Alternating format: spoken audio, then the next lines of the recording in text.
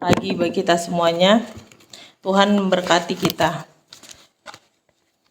Kita akan membuka firman Tuhan, Kitab Yohanes pasal 16 ayat 13.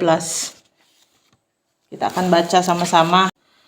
Tetapi apabila Ia datang, yaitu Roh kebenaran, Ia akan memimpin kamu ke dalam seluruh kebenaran. Sebab Dia tidak akan berkata-kata dari dirinya sendiri, tetapi segala sesuatu yang didengarnya, itulah yang dikatakannya, dan Ia akan memberitakan kepadamu hal-hal yang akan datang. Silakan duduk. Inilah firman Tuhan ya untuk kita. Hari ini adalah hari pencurahan Roh Kudus, yakni hari Pentakosta, merupakan hari yang ke-50. Dimulai dari tanggal 10 sampai 19 Mei di tahun 2024 ini, dan firman Tuhan katakan bahwa pencurahan Roh Kudus bicara roh kebenaran. Roh Kudus itu adalah roh yang menuntun hidup kita dalam segala hal. Ya, makanya setiap kali kita mau merencanakan apapun dalam hidup kita, minta tuntunan Roh Kudus. Setiap kali kita mau mengatur keuangan kita, minta tuntunan Roh Kudus. Belajarlah untuk bergaul karib dengan Roh Kudus. Dan pada hari ini juga ya, bagi Kristen Katolik juga doa novena karena menunggu pencurahan Roh Kudus sampai hari ini. Jadi disinilah kita belajar ya bahwa Roh Kudus tercurah kepada kita umat manusia. Sebenarnya roh itu sudah ada di dalam hati kita. Tetapi bagaimana kita mengkobarkan kembali bahwa cinta kasih kita kepada Tuhan. Kita belajar untuk mengingat kembali kebaikan Tuhan di dalam hidup kita. Berapa banyak sih Tuhan menolong kita dalam hidup kita? Mungkin kalau dituliskan di satu buku akan penuh dan tidak akan pernah bisa mencatat semua. Karena begitu banyak kehidupan kita. Pengalaman hidup kita setiap hari, setiap bulan, setiap tahun, masuk setiap berkat-berkat yang baru bersama dengan Tuhan. Dan saya percaya bahwa Roh Kudus itu roh yang baik, yang membimbing kita di dalam kebenaran. Oleh sebab itu nyatakanlah di dalam doa-doamu apa yang kau rindukan. Mari kita bersama-sama lebih lagi di dalam memuliakan Tuhan, memuji Tuhan. Kita bersyukur kesehatan.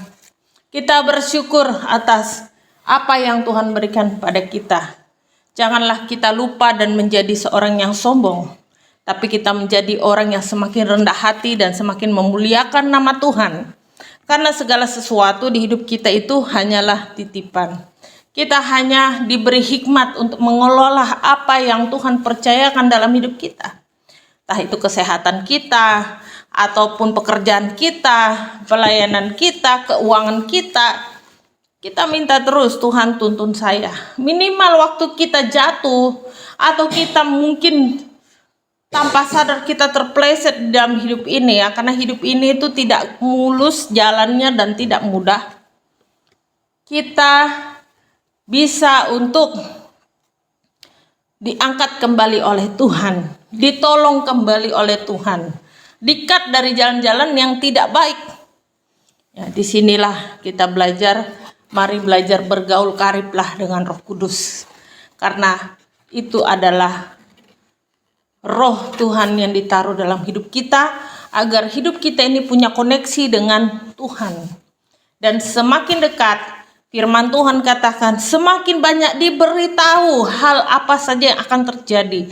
Jadi hal-hal ini itu jangan dipikir, oh karena tahu, karena pintar, atau karena bisa. Bukan itu. Tapi pertolongan Tuhan itu sangat nyata dan Dia akan memberitahu kita. Dia akan masuk dalam hati kita. Kamu jangan begitu loh. Kamu jangan begitu. Atau Tuhan akan kasih kita hikmat. caranya begini. Yuk kita lakukan seperti ini. Gitu. Jadi Tuhan itu mengajarkan kita untuk beriman, mengajarkan kita untuk bersyukur, mengajarkan kita untuk mengenal siapa Tuhan kita. Tuhan kita bukan sembarangan.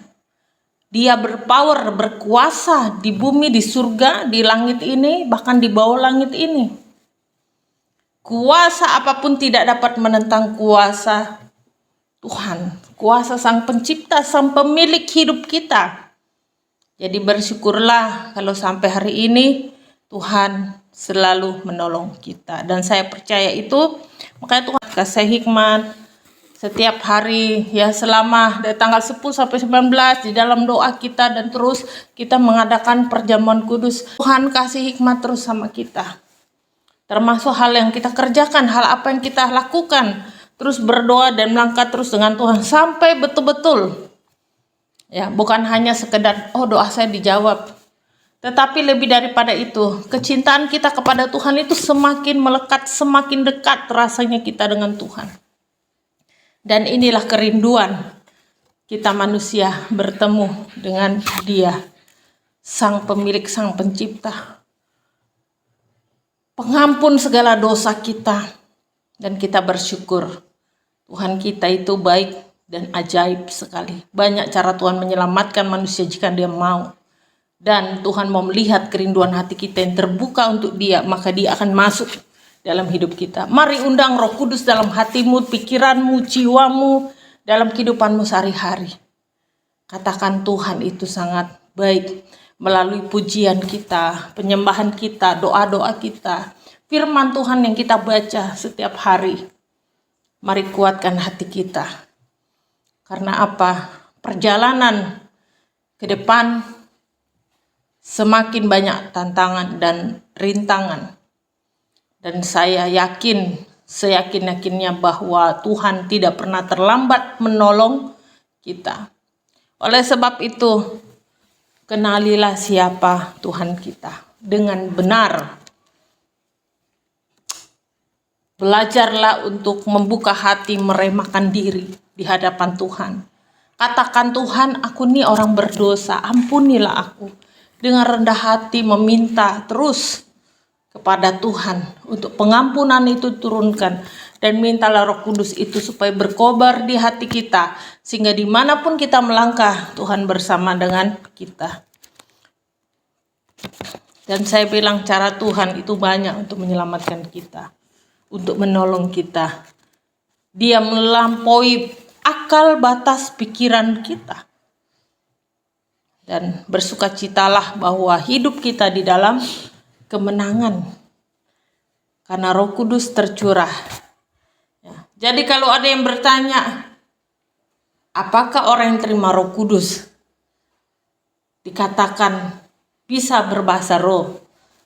Nah, ini seringkali ditanyakan, dan saya seringkali juga menjawab, maupun pertanyaan secara pelayanan online maupun pertanyaan secara pribadi.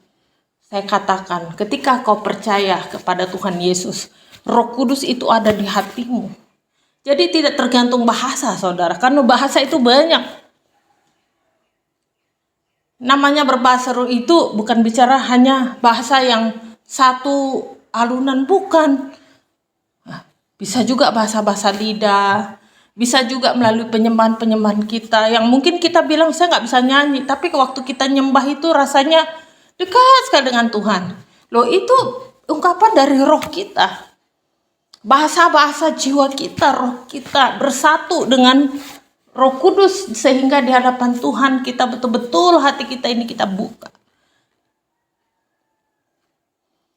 Jadi tidak menjamin ya hanya bahasa roh lalu dikatakan dipenuhi dengan Roh Kudus. Bukti kau dipenuhi Roh Kudus bukan hanya berbahasa roh, tapi kau percaya dengan sungguh-sungguh, kau jadi pelaku firman Tuhan, hidupmu berubah. Lebih hidup yang baru dalam Tuhan. Berarti Roh Kudus sudah bekerja di dalam hidupnya. Dan orang akan melihat, akan kagum. Luar biasa. Tuhan itu baik. Tidak semua orang mau membuka dirinya, membuka hatinya, pikirannya. Tetapi kita yang sudah percaya pada Tuhan, Roh Kudus tercurah dalam hatimu, hatiku, mari kobarkan dengan memuji Tuhan selalu dan mengucap doa Bapa kami dengan sungguh-sungguh. Ya, sambil kita cuci piring, sambil kita nyapu, sambil kita ngepel, sambil nyanyi, memuji Tuhan. Mungkin orang tidak mendengar apa yang kita nyanyikan, tapi Tuhan tahu luapan hati kita. Roh Kudus tercurah. Kita akan selalu ingin dekat dengan Tuhan, selalu ingin memuji Tuhan, selalu ingin bersyukur. Berarti Roh Kudus itu sudah ada di hatimu, tidak perlu ditanya-tanyakan lagi. Semakin dekat Tuhan, semakin kita mengerti, semakin kita tahu, semakin kita dalam. Karena saya bilang, bukti Roh Kudus tercurah, hidup kita mengalami perubahan. Berapa waktu lalu, cerita-cerita, dulu dia itu suka minum loh. Setelah dia bertobat, dia nggak pernah minum lagi. Itu mengalami perubahan. Dulu dia tuh suka bohong loh. Setelah dia bertobat, dia tidak pernah bohong lagi. Itu namanya perubahan. Dulu dia nggak pernah sembahyang loh, sekarang aja sembahyang. Orang disangguni ngomong. Perubahan terjadi. Itu bukan karena dirinya sendiri, karena Roh Kudus sudah tercurah dan dia menghidupi kuasa Tuhan itu. Jadi berkat.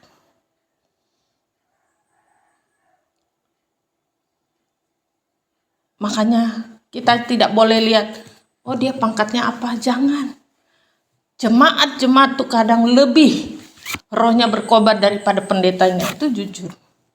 Pendeta masih banyak yang suka minum, saudara. Jemaat ada yang sudah dia tidak mau minum lagi. Itu contoh aja. Artinya apa? Pengenalan, kedekatan kita dengan Tuhan betul-betul bertobat.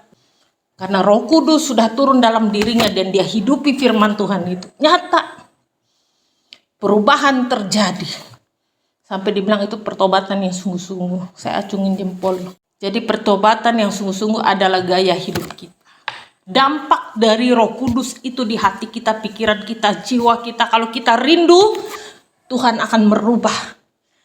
Karena kalau kita diri kita sendiri, nih, daging ini lemah. Makanya kalau kita mau merubah diri, nggak bisa. Daging ini lemah. Tidak usah ngomong merubah diri. Saudara belajar nabung aja. 1 minggu nabung, 2 minggu nabung. Daging ini lemah. Tiba-tiba pingin beli yang lain, ada uang sedikit, ambil. Ada uang sedikit, ambil. Daging ini lemah. Padahal Tuhan udah taruh di hati, kau nabung dulu, nabung dulu.